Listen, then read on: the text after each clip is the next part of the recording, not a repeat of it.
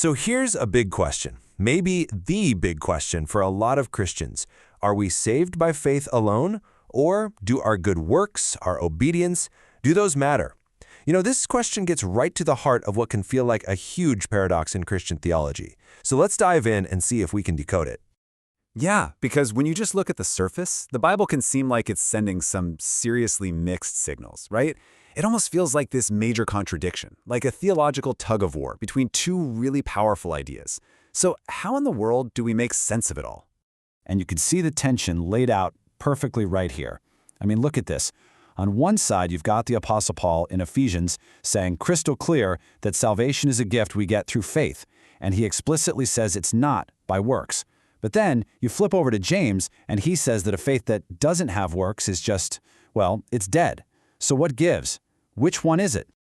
Okay, to untangle this, we actually need to go back, way back. We're going to rewind to the Old Testament, because there's this foundational pattern hidden in there that pretty much unlocks this whole thing. It's this idea of grace before law. All right, and this is the crucial point.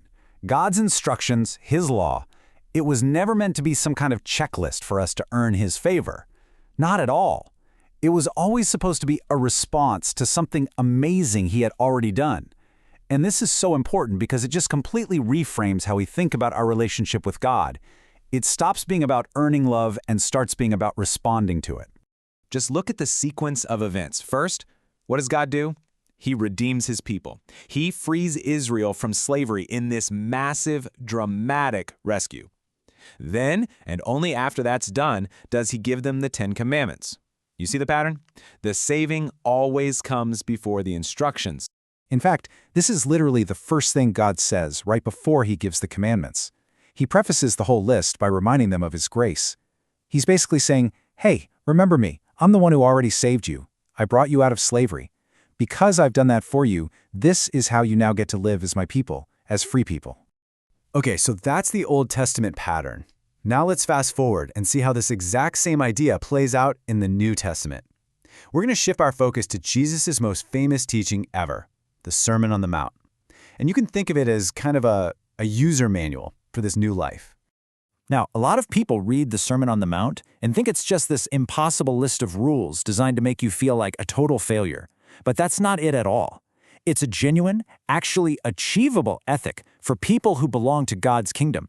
It's the how-to guide that comes after you've accepted the invitation.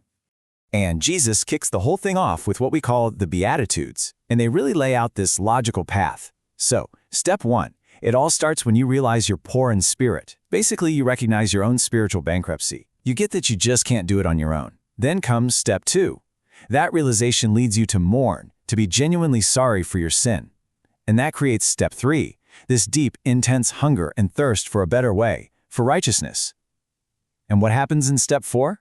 Well, Jesus says that if you hunger and thirst for it, you will be filled. That's the posture. That's the heart that's ready for this new kind of life. All right, now we're getting to the absolute engine room of this whole idea. This is where it all clicks into place. This is the core mechanism that really truly resolves the paradox.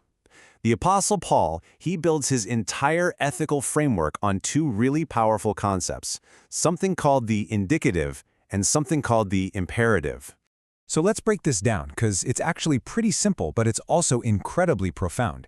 The indicative, think of that as a statement of fact. It's a description of what is already true about you because of who you are in Christ. It's what's been done. Then you have the imperative. That's the command. That's the instruction on how you now get to live as a result of that new reality. And this illustrates the logic perfectly. Just notice the language here. On the left, you've got the indicative, the reality of what's already true for you. And it's all in the past tense. You have died to sin. Your old self was crucified. See? These are done deals. They're finished realities. And those facts on the left, that's the power source.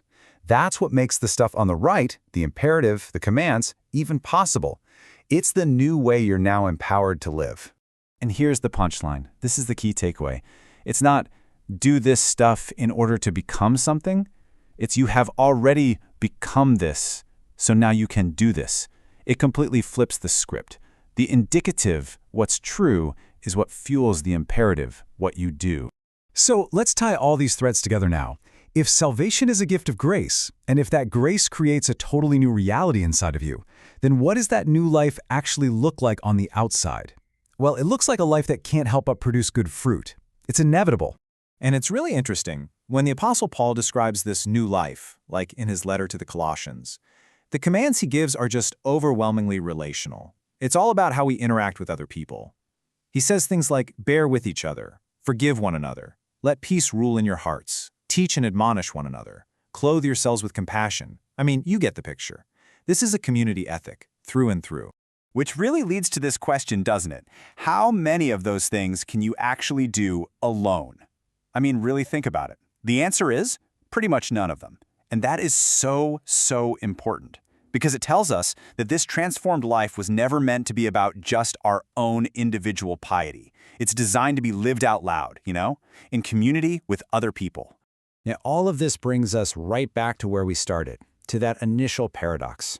Good works aren't the cause of our salvation, but they are the certain unavoidable evidence of it.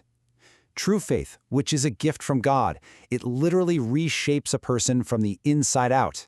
And a transformed life, a life of good works, is just the natural, inevitable result. So you see, faith and works aren't in conflict at all. One is the root, and the other is always the fruit.